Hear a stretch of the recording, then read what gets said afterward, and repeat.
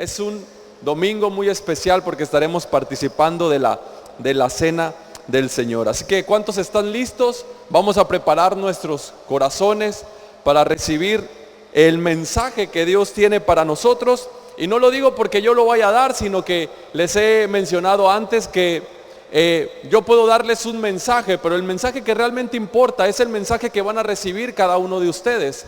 Yo puedo estar transmitiendo un mensaje desde acá arriba, pero el Espíritu Santo les está transmitiendo un mensaje a cada uno de ustedes, o cada uno de ustedes, de una manera particular, de una manera individual, ¿sí? El Espíritu Santo, la palabra de Dios, sabe lo que ustedes necesitan, sabe por lo que ustedes están pasando, y yo no. Pero como Él sí sabe, Él va y toca esos lugares, va y transmite lo que necesitas saber, lo que necesitas entender acerca de lo que Él dice, acerca de esa situación que estás pasando. Así que no se trata de que también lo haga yo, sino se trata de que también el Espíritu Santo te va a hablar a ti. Pero para eso necesitamos estar listos, necesitamos estar atentos, preparados. Así que vamos a disponer nuestros corazones y te pido que ahí donde estás levantes tu Biblia. Si traes tu Biblia, si la traes en tu celular, no importa. Lo importante es que hagamos esta oración con fe, creyendo que lo que confesamos es verdad. Y decimos juntos: esta es mi Biblia, la palabra de Dios. Yo soy lo que mi Biblia dice que soy. Yo tengo lo que mi Biblia dice que tengo. Y yo puedo hacer todo lo que mi Biblia dice que puedo hacer. Hoy la leeré, la escucharé, la obedeceré. Y la semilla incorruptible de la palabra de Dios penetrará en mi corazón y producirá fruto que transformará mi vida, mi espíritu, mi alma, mi cuerpo, mis finanzas, mi familia, mi iglesia y mi ciudad para siempre. Nunca más seré el mismo. Nunca, nunca, nunca. Amén y amén. Muy bien, vamos a estar leyendo algunos versículos. No sé si las pantallas por ahí están listas. Si no, yo los voy a estar leyendo para que me sigan con mucha atención, con mucho cuidado. Sí, el miércoles pasado hablaba de que la gracia de Dios es la voz que nos incita al cambio y luego nos prepara, nos capacita, nos da el poder para llevar a cabo ese cambio. Sí, lo voy a repetir otra vez, que la gracia de Dios, sí, es la gracia de Dios, es la voz de Dios, la voz de la verdad que nos incita al cambio y que además nos da el poder para llevar a cabo ese cambio, ¿sí? Es decir, que todo lo que necesitamos, le mencionaba el miércoles pasado, que todo lo que necesitábamos, cualquier necesidad, a cualquier error, a cualquier vacío interior, a cualquier pregunta existencial, Dios tiene la respuesta y responde con una palabra, ¿sí? Cualquier error que hayas cometido, cualquier necesidad que estés teniendo, el vacío interior que muchas veces pasamos por él, ¿sí? O las preguntas existenciales como el sentido de la vida, el propósito de la vida, Dios responde con una sola palabra a todas esas circunstancias, a esas preguntas, y la palabra con la que Él responde es gracia, es gracia. ¿Por qué? Porque como te mencionaba de un principio, la gracia, ¿sí? La gracia de Dios es la voz que te incita al cambio, que te motiva al cambio y además te capacita para llevarlo a cabo, ¿sí? Es decir, que la gracia de Dios no solamente te salva, ¿sí? Como muchos creen que la gracia solo te salva, no por tus obras, sino por el sacrificio de Jesús. Pero no solamente te salva, sino que además te da el poder para cambiar cualquier circunstancia. La gracia de Dios también te provee, ¿sí? La gracia de Dios también te sana. La gracia de Dios te da paz. La gracia de Dios te da gozo, te da fe, te llena de amor, te capacita, te motiva, te inspira para llevar a cabo aquello que deberías de llevar a cabo, para llevar a cabo el cambio que deberías estar haciendo en tu vida, ¿sí? En Tito capítulo 2, por favor, si me pueden acompañar, no sé si lo tenemos en las pantallas, en la Nueva Versión Internacional, Tito capítulo 2, versículos 11 y 12, te pido que me sigas con mucha atención en los versículos que vamos a leer, y dice así: en verdad, Dios ha manifestado a toda la humanidad su gracia, ¿sí? Dios ha manifestado a toda la humanidad su gracia, la cual trae salvación. ¿Sí? Hasta aquí todo bien, ¿no? La cual trae salvación. Todos sabemos esto, bueno, la mayoría sabemos esto, que trae salvación. Pero después continúa en el capítulo 12 hablando acerca de esa misma gracia y dice, y nos enseña a rechazar la impiedad, ¿sí? Y nos enseña a rechazar la impiedad y las pasiones mundanas.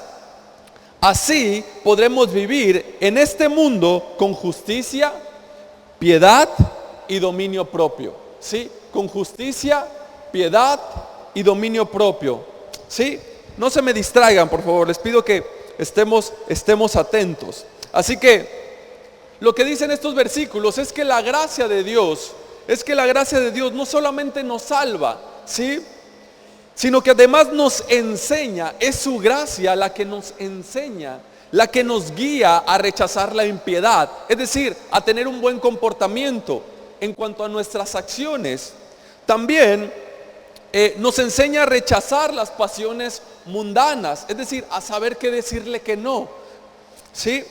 Después, así podremos vivir en este mundo con justicia, piedad y dominio propio. Es decir, es la gracia de Dios la que produce en ti el dominio propio, el que puedas dominar tus impulsos, el que puedas dominar tu carácter, tus sentimientos, el que tengas el dominio sobre tus emociones, sobre tus decisiones, sobre tu voluntad, ¿sí?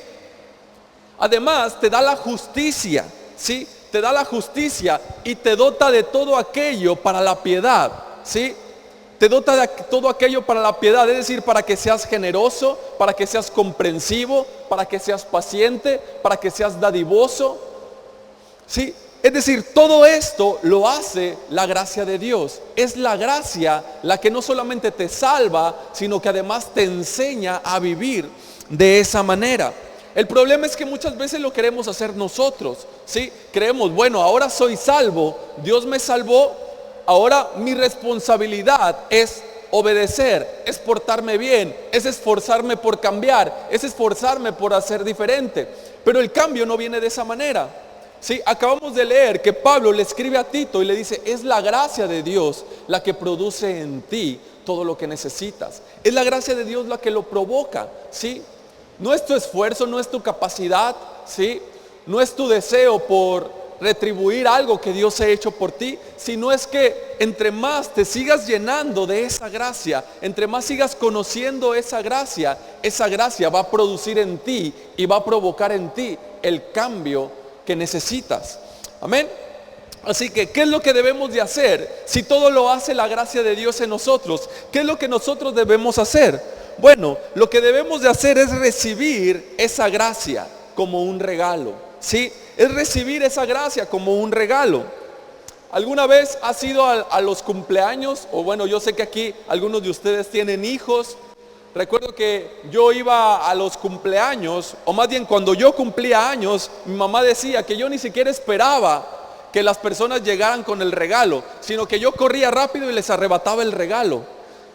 Sí, yo ni siquiera esperaba que me dijeran, te traje este regalo, no, que yo corría y les arrebataba el regalo y lo abría rápido y veía qué era. Si me gustaba, me lo quedaba, si no lo aventaba por un lado. Sí, ¿por qué? Porque un niño es así. Sí, ni siquiera espera que le des el regalo, él corre por el regalo y si ve que llegas a su fiesta de cumpleaños sin ningún regalo, te dice, ¿y mi regalo? ¿No me trajiste nada? Es decir, reclame. ¿Por qué? Porque sabe que es su cumpleaños. Sabe que va a recibir regalos. De la misma manera, la gracia se recibe así. La Biblia dice que debemos de tener la fe de un niño, ¿sí? Un niño no se pregunta, ¿me habré portado bien para recibir este regalo? Cuando tú le traes el regalo a su cumpleaños, no te dice, chin, es que pues la verdad hoy no me porté tan bien, desobedecí a mis padres, creo que no me lo merezco, muchas gracias, pero llévatelo. No, él lo agarra, lo recibe. De esa misma manera es como nosotros debemos recibir ese regalo. ¿Por qué? Porque la gracia es un regalo, es el regalo de Dios para la humanidad. ¿Cómo lo recibes? Por medio de tu fe. Por eso la Escritura dice que es por fe en la gracia, ¿sí?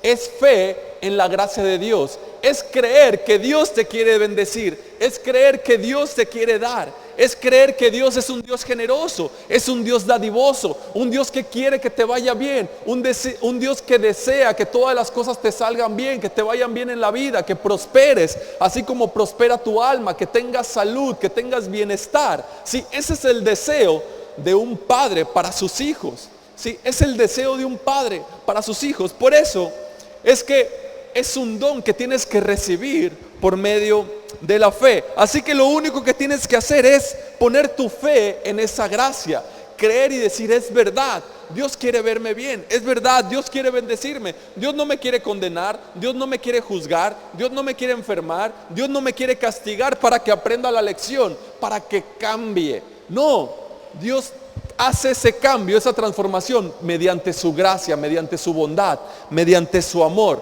Y lo que nosotros tenemos que hacer es recibirlo. Y entre más recibamos, entre más prontos seamos, más rápidos seamos para recibir esa gracia, la diferencia se hace presente, el cambio se manifiesta en cada una de nuestras vidas.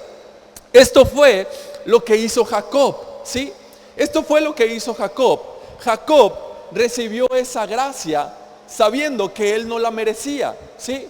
Jacob, ustedes conocen, Abraham tuvo un hijo que se llamó Isaac. Isaac tuvo un hijo que se llamó Jacob. Abraham fue al hombre que Dios le hizo la promesa de que sería bendito, de que le bendeciría, que Dios le multiplicaría, que su descendencia sería como la arena, ¿sí? Que no se podría contar, como las estrellas del cielo, ¿sí? Que todo el que le maldijera sería maldito, que todo el que le bendiciera sería bendecido, ¿sí? Que él le daría por herencia la tierra que le había prometido, ¿sí? Esa era la bendición que Dios le había hecho a Abraham. Y Jacob sabía que esa herencia, que esa bendición también era para él. ¿Por qué? Porque él era nieto de Abraham. Sabía que la bendición también era para él, pero había un problema con Jacob. Jacob no había tenido la mejor vida que se pudiera esperar, ¿no? Jacob realmente no se había portado muy bien, ¿sí? No había tenido el mejor comportamiento, no había sido la mejor persona o una buena persona. Del lado contrario, Jacob había sido una persona que había estafado, que había engañado, que había mentido a su propia familia, a su padre, a su hermano, y a cuanta persona se le atravesara. Jacob tenía esta tendencia a mentir, a engañar. De hecho, su nombre, el nombre de Jacob, hace referencia a su identidad, ¿sí? Su identidad. Jacob significa el que engaña, ¿sí? El que engaña. Así que cada vez que él escuchaba su nombre, realmente estaba escuchando inconscientemente esta frase: el que engaña. ¡Ey! El que engaña. ¡Ey! El mentiroso. ¡Ey! El estafador. ¿Sí? Todo el tiempo estaba escuchando esto. Así que él tiene un encuentro con Dios. Sí, tiene un encuentro con Dios. Y Jacob sabía que ese era su momento. Sabía que ese era su momento. Y así que él se aferra a Dios. Es decir, se aferra a la gracia. ¿Sí? ¿Por qué? Porque la gracia es saber que serás bendecido sin importar tus errores. Gracia es saber que puedes ser bendecido, creer que serás bendecido sin importar los errores que has cometido. Así que este estafador, este engañador, se aferró del ángel, se aferró de Dios y le dijo: no te suelto hasta que me bendigas. ¿Puedes ver esta imagen de Jacob tomando ese regalo? Es la imagen de aquel que toma ese regalo sin importar su pasado, sin importar lo malo que él ha hecho, ¿sí? ¿Por qué? Porque gracia es saber que serás bendecido sin importar tus errores. Recibir esa gracia sin importar cuántas veces te has equivocado. No se trata de ti, no se trata de tu bondad, se trata de la bondad de Dios. Y Jacob sabía esto muy bien, así que se aferró a él y le dijo: no te suelto hasta que me bendigas.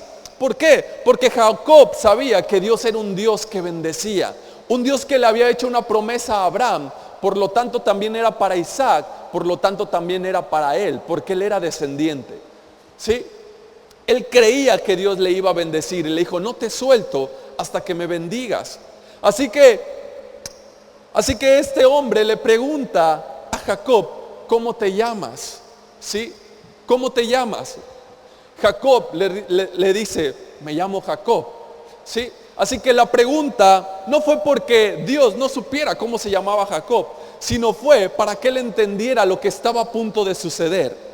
Así que después Dios le dijo, ya no te llamarás Jacob, ahora serás Israel, ¿sí? Porque has peleado con Dios y has vencido. El nombre de Israel significa príncipe con Dios, ¿sí? Príncipe con Dios, el que ha vencido, ¿sí? El que pelea con Dios, ¿sí?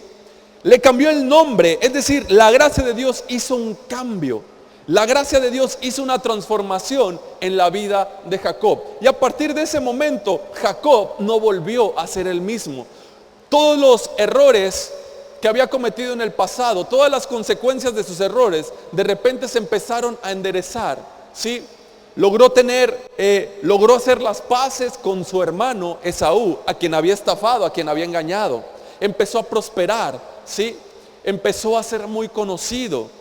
La bendición de Dios empezó a manifestar en su vida. ¿Por qué? Porque él se aferró a esa gracia. Sabía que solo Dios podía hacer esa transformación, que no necesitaba condenarse o culparse por los errores de su pasado. Dios no le preguntó, ¿cómo te atreves? ¿Cómo puedes venir a mí a pedir que te bendiga después de todo lo que has hecho? ¿Cómo te atreves a pedirme que te bendiga si has estafado a tu hermano, a tu padre, has engañado a cuantas personas se te han atravesado? ¿Cómo esperas que yo te bendiga después de ese comportamiento? No, ¿por qué? Porque la gracia es saber que serás bendecido sin importar tus errores. Y cuando recibes esa gracia te transforma tu carácter, transforma a quien eres. Amén. Así que gracia es Dios dándose generosamente a sí mismo en Cristo Jesús, ¿sí? La gracia es Dios dando, y no solamente dando, sino que dando de una manera generosa. ¿Cómo podemos ver a este Dios dador que da de manera generosa en Cristo Jesús? Es Dios mismo dándose a sí mismo, dando a Cristo y todo lo que eso significa, ¿sí? Así que gracias Dios dándose generosamente a sí mismo en Jesucristo, llegando a tu rescate, inclinándose hacia ti por amor. Es un Dios que se inclina hacia ti por amor. Pero ¿cuál es el problema? El problema es que recibimos más rápido la condenación y la culpa que la gracia y la bondad de Dios. Ese es el problema. El problema es que en vez de recibir rápido la gracia y la bondad de Dios, recibimos más rápido la condenación y la culpa, ¿sí? Creemos que Dios no nos puede bendecir después de lo que hemos hecho. Creemos que Dios no nos puede bendecir por las malas decisiones que hemos tomado, por nuestro pasado. Eso significa que creemos más en la condenación y en la culpa, en nuestros errores, que en la gracia y en la bondad de Dios. Sí, imagínate que estás en un juicio. Imagínate que estás en un juicio y tú estás siendo acusado, ¿sí? Pero tienes un abogado defensor y está el abogado condenador, ¿sí? Tienes a tu abogado defensor y por el otro lado está el abogado que te está condenando. Así que ahí estás tú en medio de estos dos, ¿sí? Y en vez de confiar en el abogado que te está defendiendo, pones tu confianza en el abogado que te está condenando, ¿sí? Pones tu confianza, crees que él va a ganar el caso, crees que él tiene la razón y te hace sentir culpable, te hace sentir mal, te llena de temor, crees que vas a perder, crees que vas a ir a la cárcel, crees que vas a vivir como esclavo, ¿sí? Crees que no vas a poder salir. ¿Por qué? Porque cuando eres más rápido para recibir la culpa y la condenación, estás tú poniendo tu fe en el abogado que te está condenando en vez de tu abogado defensor, ¿sí? Eso sucede cuando recibes más rápido la culpa y la condenación. ¿Por qué? Porque no crees que Dios pueda actuar a tu favor. Poner tu confianza en la culpa y en la condenación es permitir que el enemigo te esclavice, ¿sí? Es permitir que el enemigo te esclavice. No confiar en tu abogado defensor es poner tu fe en tu abogado acusador, y eso provoca que te esclavice, te llena de temor, ¿sí? En vez de llenarte de fe, te llena de temor, te llena de culpa. Crees que no puedes salir, ¿sí? Crees que no hay salida. Escuché la historia acerca de los pequeños Sam y Julie. Sam y Julie eran hermanos. El pequeño Sam tenía 10 años, si no mal recuerdo, y Julie tenía 13. Así que a Julie y a Sam les encantaba ir a la casa de los abuelos. A ellos les gustaba mucho ir a la casa de los abuelos. ¿Por qué? Porque los abuelos tenían una granja muy bonita, con muchos animales, y además tenían un espacio grande para correr y para jugar.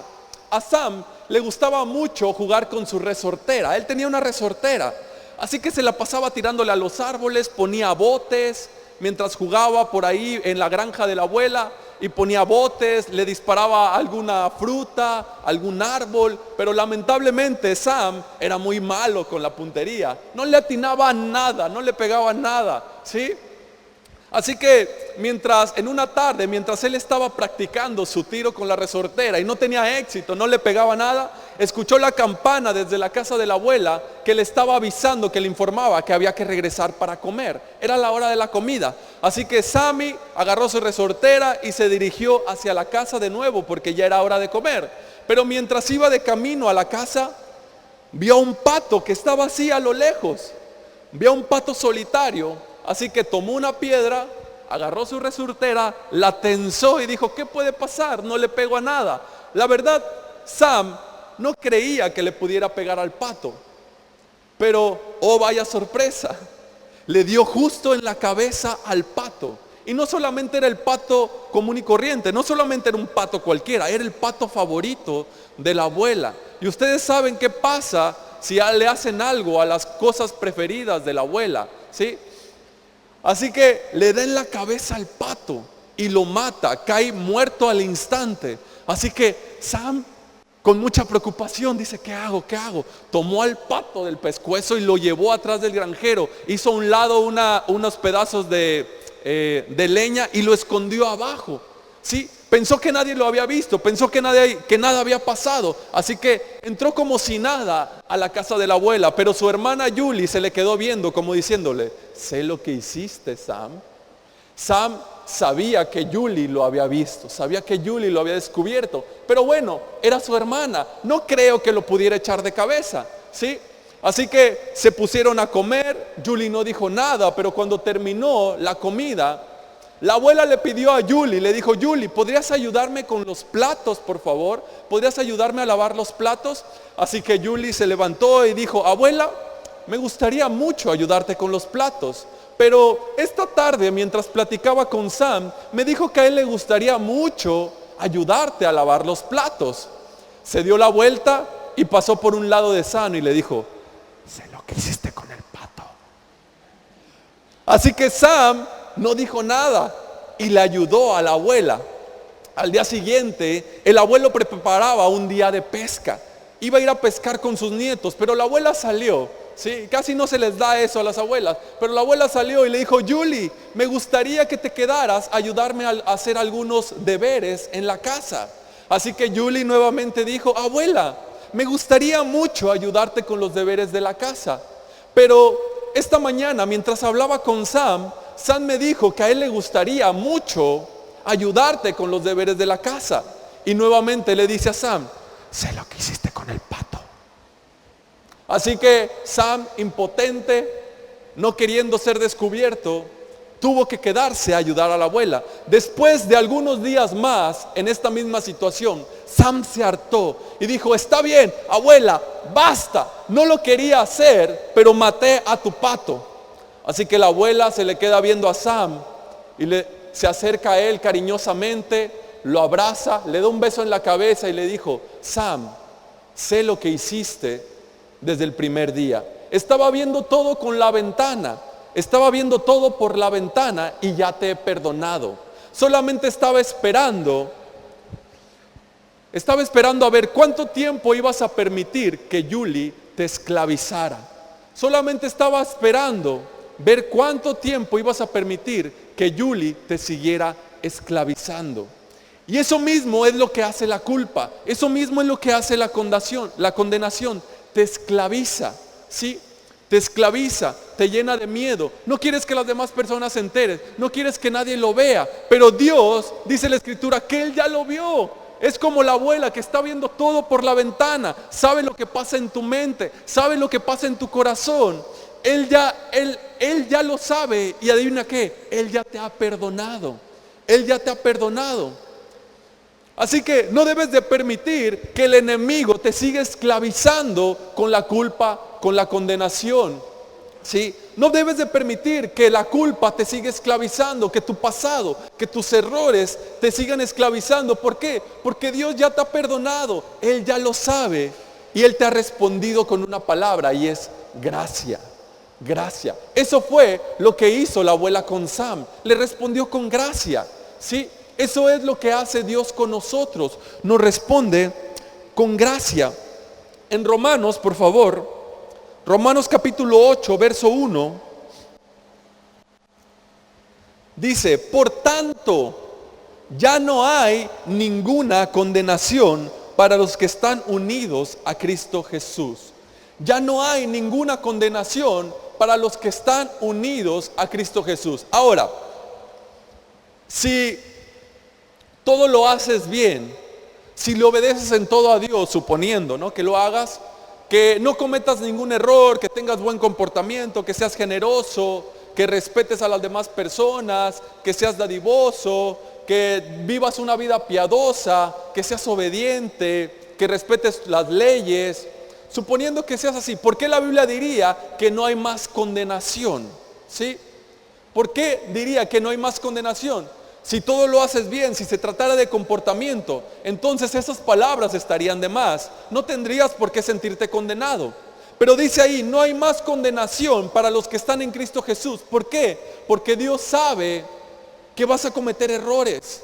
Dios se anticipa a tus errores, se anticipa a tus fracasos, se anticipa a tu mal comportamiento, a tus malos pensamientos, y quiere que quede claro que no hay condenación, que Él ya lo ha visto todo y que ha sido perdonado. Por eso dice, por lo tanto, ya no hay más condenación a los que están en Cristo Jesús. Ya no hay más condenación. No tienes por qué seguir sintiéndote culpable. Tu pasado no tiene por qué seguir persiguiéndote, no tiene por qué seguir esclavizándote, ¿sí? Tienes que levantarte y decir, Señor, te doy gracias porque he sido perdonado. Señor, te doy gracias porque he sido justificado. La Escritura dice que tú eres la justicia de Dios, ¿sí? No tienes parte de la justicia de Dios, tú eres la justicia de Dios en Cristo Jesús, ¿sí? En Cristo Jesús eres la justicia de Dios. Así que cuando recibes esa justicia, cuando recibes esa bondad, entonces te liberas de las cadenas de la culpa, de la condenación que te han estado esclavizando. Porque realmente todos los que estamos aquí, en un momento hemos sentido culpa, ¿cierto o no? Nos hemos sentido condenados. ¿Cómo sucede esto? Esto sucede en nuestra mente la mayor parte de las veces. Sucede en nuestra mente. Quizás haces algo mal, inmediatamente viene la culpa, ¿sí? No puedes recibir nada de Dios porque sientes que no lo mereces, te sientes indigno. Quizás porque tuviste una discusión, tuviste un mal pensamiento, tuviste un mal comportamiento, pecaste, cometiste un error, y esos errores te hacen sentir culpable.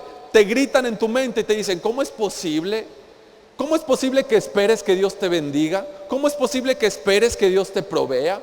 ¿Cómo es posible que esperes que Dios haga algo a tu favor después de lo que acabas de hacer? Después de lo que hiciste ayer, después de los errores que has cometido, después de cómo le hablaste a tu esposa, a tu esposo, después de cómo te comportaste. ¿Cómo es posible que esperes que Dios te bendiga? Pero recuerda que gracia es creer que serás bendecido. Creer que serás bendecido a pesar de tus errores, a pesar de tus errores. Ahora, no toda la culpa es mala, ¿sí? No toda la culpa es mala. Dios utiliza ciertas dosis que no son culpa, pero sí es una tristeza, sí es algo que te contrista dentro de ti, que te hace ver que realmente sí eras culpable, que estabas condenado, ¿sí? La Escritura dice, porque no hay justo ni aún uno, que todos estábamos destituidos de la gloria de Dios, ¿sí? Que si Dios contara, llevara un cuento de todos nuestros errores, nadie podría escaparse, nadie podría salvarse. Pero Dios te ha justificado, Dios te ha perdonado, y el recibir esa gracia produce en ti ese deseo por querer hacer las cosas bien, ¿sí? Hay algo dentro de ti que te hace sentir triste, que te muestre, que te dice, es verdad, me estaba equivocando, es verdad, estaba viviendo mal, es verdad, le fallé a tantas personas, le hice daño a tantas personas, cometí tantos errores, ¿sí? Y no me daba cuenta de lo mal que estaba, no me daba cuenta de lo malo que había hecho, no me daba cuenta que iba camino al precipicio. Y esa es algo que Dios usa para hacernos ver la necesidad que tenemos de esa gracia. Y provoca en nosotros anhelar la justicia, provoca de nosotros lo que la Biblia llama el temor de Dios, provoca en nosotros el querer, el anhelar la justicia de Dios, el querer hacer las cosas bien. Eso es cuando tú has puesto tu confianza en Dios, cuando sabes, cuando crees y cuando confías en Él. Pero una vez que ya has confiado en Él, una vez que has aceptado que Dios te ha perdonado, una vez que has recibido esa gracia, después la culpa, la condenación va a querer entrar, y esa es la que debes de rechazar, ¿sí? Va a querer venir en forma de pensamientos, ¿sí? Van a querer venir en forma de pensamientos que te van a decir que no lo mereces, ¿sí? Que te van a decir, que te van a hacer creer que no puedes recibir nada de Dios, ni siquiera te acerques a Dios, te van a quitar tus ganas de acercarte a Dios, te va a quitar tu deseo de buscar a Dios. ¿Por qué? Porque sientes que tus errores son más grandes, que la culpa, que la condenación es más grande que la bondad y la misericordia de Dios, ¿sí? Así que debes de recordar que la bondad y la misericordia de Dios es más grande, ¿sí? Que Él ya lo ha visto y ya te ha perdonado. Que Dios esté esperando que no dejes que el enemigo te siga esclavizando como lo hizo la abuela con Sam, ¿sí? Dios es un Dios que se ha inclinado a tu favor. Dios es un Dios que se ha inclinado a tu favor. De hecho, gracia es eso. Gracia es el Dios que se inclina a tu favor. Podemos ver esto en toda la Biblia. Podemos ver cómo Jesús se inclinó para lavar los pies de sus discípulos. Podemos ver cómo Jesús se inclinó para sacar a Pedro del agua. Podemos ver cómo Jesús se inclinó para recoger esa cruz e ir y ser clavado en la cruz. Podemos ver cómo Jesús se inclina constantemente a nuestro favor. Y una de mis historias favoritas acerca de este Dios que se inclina, cómo muestra su gracia al inclinarse, es el momento en el que Jesús tiene un encuentro con la mujer que fue capturada en pleno acto de adulterio. Quizás tú has escuchado esta historia, quizás no. Está en Juan capítulo 8, pero te la voy a contar por el tiempo, porque es una historia algo un poco larga. Dice la Escritura que Jesús estaba enseñando en el templo. Jesús estaba ahí enseñando en el templo y de repente le trajeron a él una mujer que había sido sorprendida en pleno acto de adulterio, ¿sí? En pleno acto de adulterio, quizás la sacaron de ahí, de esa casa o de ese lugar donde estaba, la empujaron por las calles y la llevaron hasta donde estaba Jesús. Y le dijeron: Jesús, esta mujer fue sorprendida en pleno acto de adulterio. La ley de Moisés dice que debemos apedrearla. ¿Tú qué dices? Y en ese momento vemos la acción de Jesús y dice la Escritura que Jesús se inclinó. ¿Sí? Que Jesús se inclinó y comenzó a escribir en el suelo. Comenzó a escribir en el suelo. Así que estos hombres que traían a la mujer insistían en preguntarle. Así que Jesús les dice: el que esté libre de pecado, que tire la primera piedra. Quien esté libre de pecado, que tire la primera piedra. Y después dice la Escritura que estos hombres, al verse acusados por su conciencia, es decir, al verse condenados por su misma conciencia, al verse culpables por su misma conciencia, uno a uno se fueron yendo. Uno a uno dejaron sus piedras y se fueron. Ya solamente quedaba Jesús y la mujer. Y de repente Jesús se levanta y dice: mujer, ¿dónde están los que te acusaban? ¿Ya ninguno te condena? Dice: se han ido, Señor, ninguno me condena. Y aquí viene la frase más importante: ni yo te condeno, vete y no peques más. Ni yo te condeno, vete y no peques más. De la misma manera, el enemigo va a intentar empujarte por las calles de la condenación, ¿sí? Va a intentar mostrarte tu desnudez, tu pecado, tus faltas. Va a intentar hacerte creer que mereces morir, que no te mereces nada de parte de Dios, que no te mereces su bendición, que no te mereces su bondad, que no te mereces prosperar, que no te mereces un buen empleo, que no te mereces un buen coche, una buena casa, una buena familia, que no te mereces nada bueno. ¿Por qué? Porque has sido sorprendido en pleno acto de pecado, en pleno acto de tus errores. Lo que el enemigo no sabe es que estás a los pies de la gracia y que tienes un Dios que se ha inclinado a tu favor y que ha escrito en tierra, que ha escrito a tu favor. Ahora, la Biblia no dice lo que Jesús escribió, pero yo estoy seguro que tuvo que ver algo con la gracia, ¿sí? Yo estoy seguro que tuvo que ver algo con su gracia, con su bondad, y lo dejó escrito, porque en ese momento, ese día, la gracia obró en la vida de esa mujer. Una mujer que por supuesto sabía lo que hacía, por supuesto sabía que estaba mal. Quizás no era la primera vez que lo hacía, porque para haberla sorprendido en pleno acto, quizás ya era algo que había estado practicando durante mucho tiempo. Así que el que la ley dijera que merecía ser apedreada, no le espantó, no lo asustó, ni tampoco la cambió, ¿sí? Lo que realmente cambió su vida fue cuando Jesús le dijo, ni yo te condeno. Cuando Jesús le extendió gracia, le mostró gracia. Ni yo te condeno, vete y no peques más. Ahora, esa palabra de vete y no peques más, no es te sugiero que no peques más, sino que Jesús sabía que esa mujer había sido transformada, que su vida no iba a ser igual y que ella no volvería a hacer eso que había estado practicando, ¿sí? Eso sucede cuando recibes la gracia. Eso sucede cuando tienes un encuentro con la gracia. La Escritura describe a Satanás en el capítulo 12 de Apocalipsis, lo describe como el acusador de los hermanos, quien los acusa de día y de noche, quien de día y de noche nos está acusando.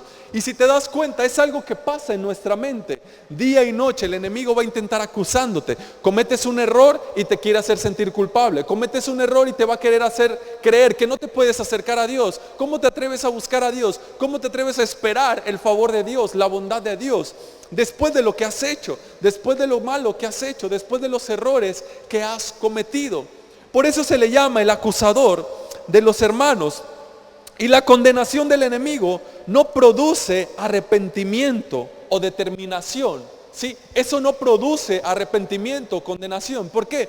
Porque muchas veces pensamos que viene de nuestra parte. Cuando sentimos culpa o condenación, creemos que es nuestra culpa, creemos que es nuestro error, nos sentimos mal con nosotros mismos. Pero es el enemigo el que está poniendo ahí esos pensamientos, no es Dios. Sí, no es Dios. ¿Por qué? Porque la condenación, esa culpa, solo produce remordimiento, ¿sí? No produce convicción, no produce un verdadero arrepentimiento, porque arrepentimiento es una cosa y remordimiento es otra cosa, ¿sí? Así que la culpa, la condenación no produce verdadero arrepentimiento, solamente produce remordimiento. Te sientes mal por lo que hiciste. Te sientes mal porque fuiste descubierto, pero solamente dura un momento, no te cambia, no te transforma. Al poco tiempo vuelves a hacer lo mismo, ¿sí? Pero el verdadero arrepentimiento es el que realmente cambia. Escuché, más bien, quizás tú has escuchado esta historia porque es una novela muy conocida. Fue escrita por Víctor Hugo y se llama Los Miserables. Esta historia habla acerca de un hombre donde el protagonista principal es un hombre que estuvo en la cárcel. Fue echado a la cárcel y pasó varios años ahí por robo. Después de algunos años que estuvo en cárcel, él salió de la cárcel. Y en el frío invierno, mientras caminaba por las calles del pueblo, no encontraba ningún lugar que le diera posada. Sí, no encontraba ningún mesón, no encontraba ningún lugar donde la gente lo recibiera, le pudiera dar un plato de comida. ¿Por qué? Porque estaba solo, no tenía dónde ir, no tenía dinero. Así que nadie lo podía recibir, porque claro, ¿cómo podías confiar en un exconvicto? ¿No? ¿Cómo podías confiar en alguien que estaba en la cárcel? Pero de repente, sin querer, llegó a las puertas de la casa del obispo del pueblo y tocó la puerta y pidió que si lo podía dejar quedarse ahí. El obispo lo recibió, lo hizo pasar a la casa Le dio de comer, le dio sopa con pan, queso, higos, vino. Y este expresidiario le quiso contar al obispo quién él era y lo que había pasado. Así que el obispo le dice, no me interesa. Dice, no me tienes que decir quién eres, porque esta casa no es mía, esta casa es de Jesucristo. Así que después lo dirigió hacia una habitación, le dio algunas sábanas para que pudiera dormir calientito, pero mientras estaba la noche, este hombre no podía dormir. El obispo, pues realmente no era alguien que le había pasado muy bien por motivo de la revolución. Había perdido muchas cosas, había perdido familiares, había perdido pertenencias. Solamente le quedaban algunos pocos utensilios de plata y algún par de lámparas de plata. Así que este hombre, el expresidiario, se levanta en la noche y echa a su bolso todos los utensilios de plata y se va. Cuando el obispo despierta al otro día, se da cuenta que este hombre ya no estaba y que se había llevado sus pertenencias, sus utensilios, sus cucharas, sus tazones de plata. Pero a las pocas horas, este hombre regresa a casa, pero no regresa solo, regresó con los policías. A las pocas horas unos policías lo detuvieron y lo revisaron y se dieron cuenta que las cosas que él traía no podían ser de él, que eran del obispo. Así que lo llevan hasta la casa del obispo. Y el obispo, al ver a este hombre junto con los policías, y le dice, amigo mío, ¿cómo te pudiste ir olvidando también los candeleros junto con los utensilios que te he regalado? Ten, llévatelas, los olvidaste. Así que los policías, un poco desconcertados, creyendo que era una equivocación, piden disculpas y el obispo los despide. Así que el hombre no sabe qué decir, no tiene palabras que decirle al obispo, pero el obispo sí tiene algo que decirle y le dice, hermano mío, este día he comprado tu alma y se la he entregado a Jesucristo. ¿Sí? Hoy mismo tu espíritu ya no le pertenece a Satanás, sino le pertenece a Dios. Tu espíritu ya no le pertenece a Satanás, sino le pertenece a Dios. Y dice la historia que ese día, ese momento, marcó un punto de inflexión para la vida de aquel hombre. ¿Sí? La cárcel no lo había cambiado, el castigo que había recibido no lo había cambiado. Todos pudieran pensar, bueno, estuvo en la cárcel por robo por muchos años, era obvio que al salir tenía que cambiar, ¿cierto o no? Pero no, eso no cambia, el castigo no cambia. ¿Sí? La condenación no cambia, lo que cambia es la gracia. Cuando aquel hombre recibió la gracia del obispo, dice la historia que marcó una diferencia, fue el punto de inflexión. Ese hombre se convirtió en el gobernador de uno de los pueblos cercanos a ese lugar. No solamente eso, sino que además proveyó de muchos empleos para personas de escasos recursos. Adoptó a la hija de una mujer o adoptó a una niña que había perdido a su madre. Es decir, hubo un cambio total en la vida de aquella persona. Y la historia hace referencia a que el momento que cambió todo fue ese encuentro que tuvo con el obispo, cuando el obispo le mostró su gracia. Entonces no solamente fue salvo, no solamente su espíritu fue salvo, sino que además esa gracia produjo en él piedad, produjo en él dominio propio, produjo en él justicia. Amén. Eso es lo que provoca la gracia de Dios cuando lo recibes. Romanos 2:4, por favor.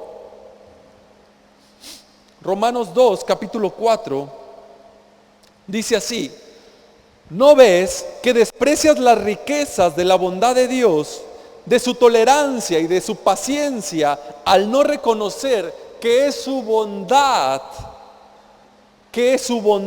quiere llevarte al arrepentimiento? Es decir, que es la bondad de Dios la que te lleva al verdadero arrepentimiento.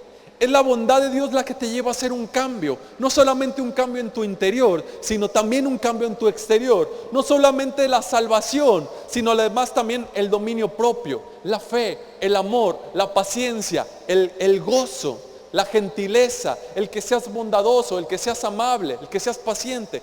Es la bondad de Dios la que produce aquel arrepentimiento. No es el castigo, no es el sentirte culpable, no es el sentirte condenado, no es el que te esfuerces por querer componer tus errores. No, es cuando recibes la bondad de Dios la que te guía al arrepentimiento. ¿Y cómo lo recibes? Como te lo mencionaba en un principio, cuando lo crees. Cuando como un niño arrebatas y dices, lo creo.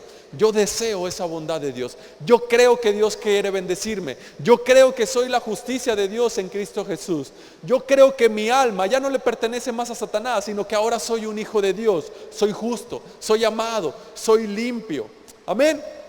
Esa es la manera en que lo puedes hacer. Lo recibes. En cuanto al remordimiento que provoca Satanás, Primera de Juan, por favor. Primera de Juan, capítulo 3. Versos 19 y 20 dice: en esto sabremos que somos de la verdad y nos sentiremos seguros delante de Él, que aunque nuestro corazón nos condene, Dios es más grande que nuestro corazón y lo sabe todo. Estoy en Primera de Juan, capítulo 3, 19 y 20. Lo voy a leer otra vez. Dice: en esto sabremos que somos de la verdad y nos sentiremos seguros delante de Él, que cuando nuestro corazón nos condene.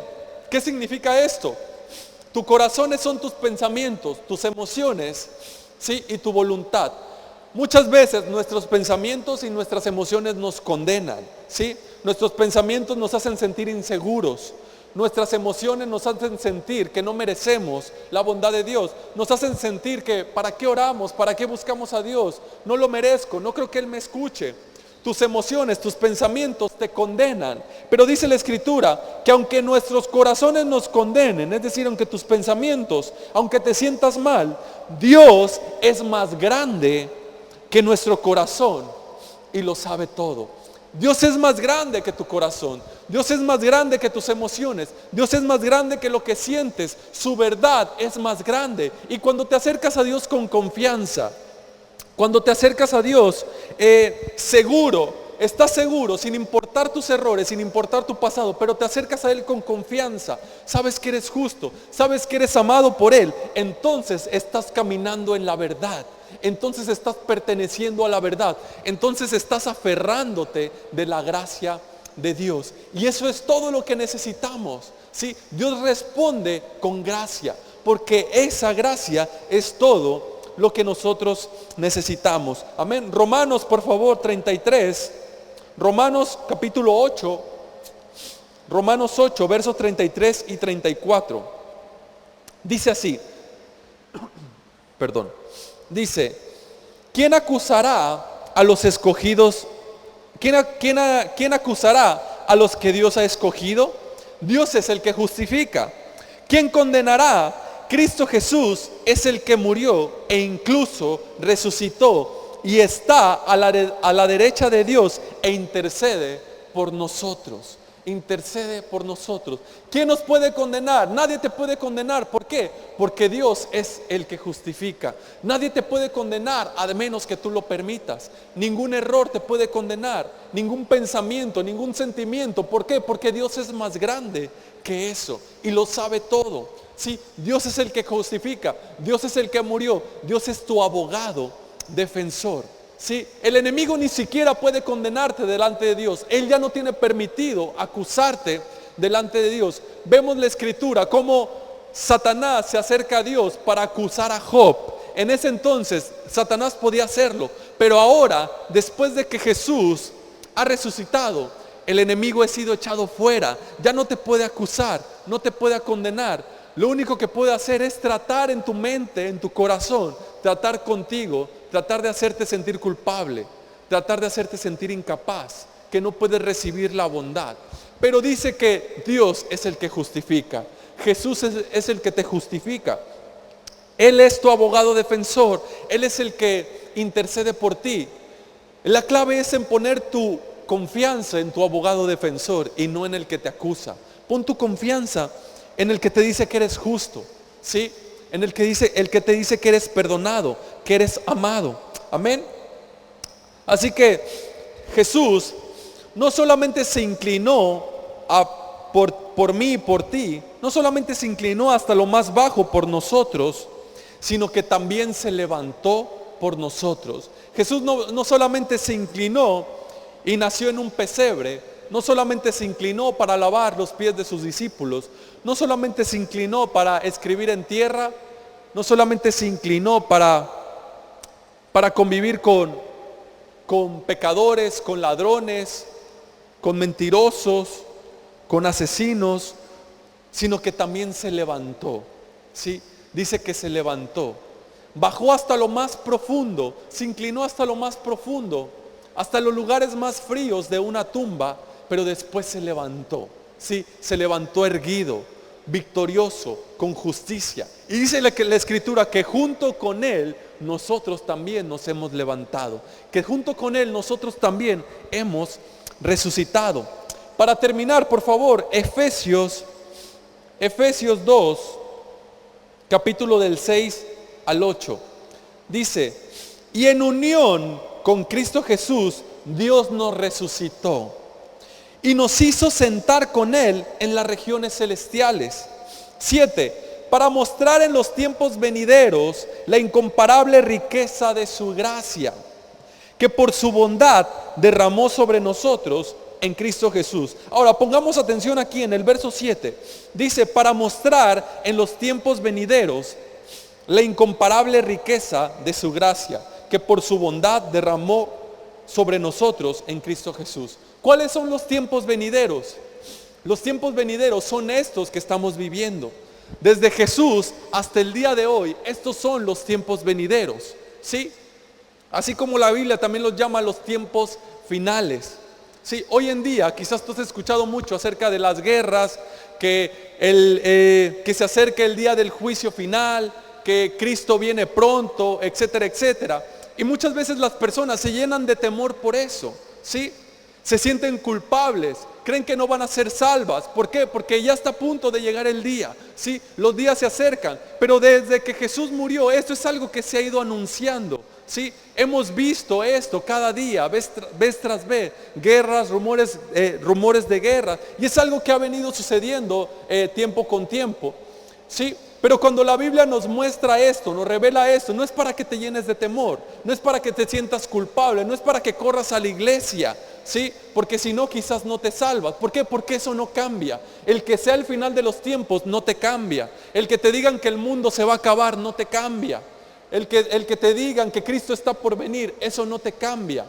Por eso aquí en el verso 7 dice, para mostrarnos en los tiempos venideros la incomparable riqueza de su gracia.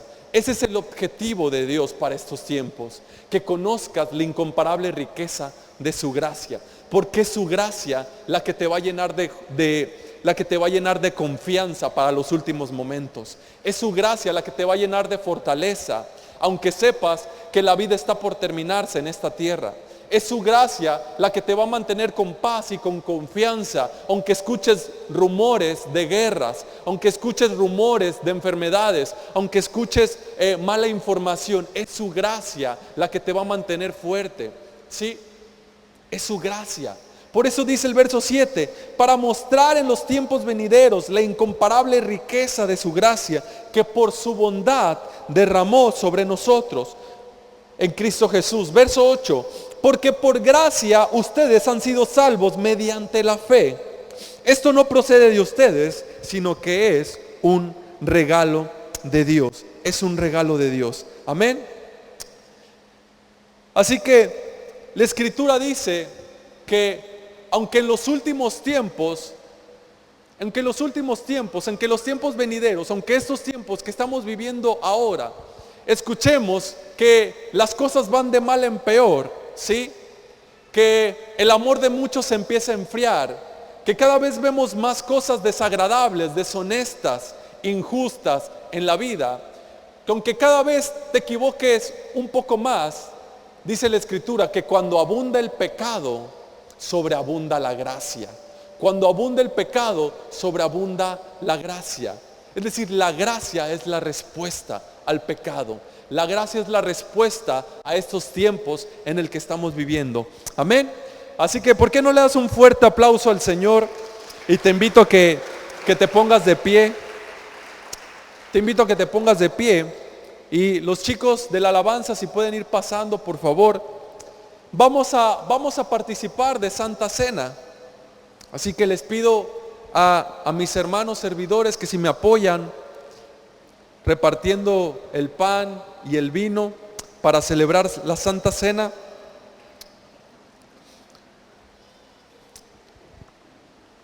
Mis hermanos, vamos a celebrar, vamos a participar de Santa Cena. La Santa Cena no es algo que nosotros hacemos para Dios, ¿sí? No es algo que nosotros hacemos por Dios, es algo que Dios ha hecho por nosotros, ¿sí? Es algo que Él ha hecho por nosotros. Dios nos ha provisto la Santa Cena como un medio para sanarnos, ¿sí? Como un medio para que recibamos su gracia, como un medio para que recibamos su bondad. No se trata de hacerlo pensando en nosotros, ¿sí? La Santa Cena no se trata de que lo hagas pensando en ti, en qué tan mal lo has hecho, en qué tan mal te has portado, ¿sí? No se trata de que te sientas culpable y que digas, yo no puedo participar porque he cometido errores, porque he pecado, porque pequé ayer, porque me equivoqué ayer. No, la Santa Cena no se trata de ti, no se trata de tu bondad o qué tan bueno eres. La Santa Cena se trata de la bondad de Dios, ¿sí? Se trata de su bondad, se trata de su amor, se trata de su gracia. Así que participar de la Santa Cena es recordar lo que Jesús ha hecho, ¿sí?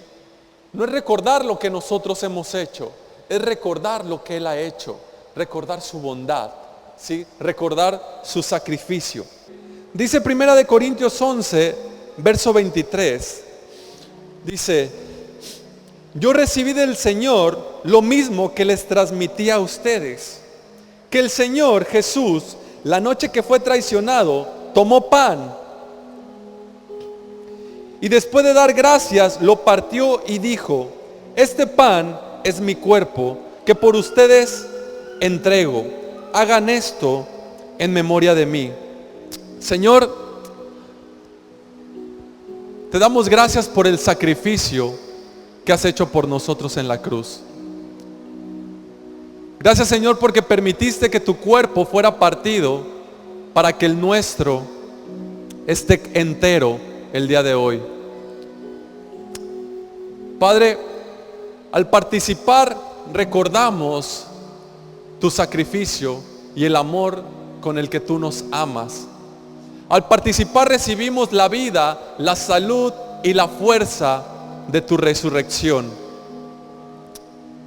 Por tu gracia estaremos completamente fuertes, sanos, saludables todos los días de nuestra vida.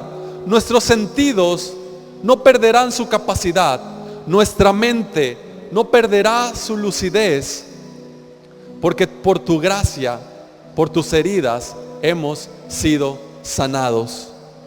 Puedes participar del cuerpo del Señor. Verso 25. De la misma manera, después de cenar, tomó la copa y dijo, esta copa es el nuevo pacto en mi sangre. Hagan esto cada vez que beban de ella y en memoria de mí.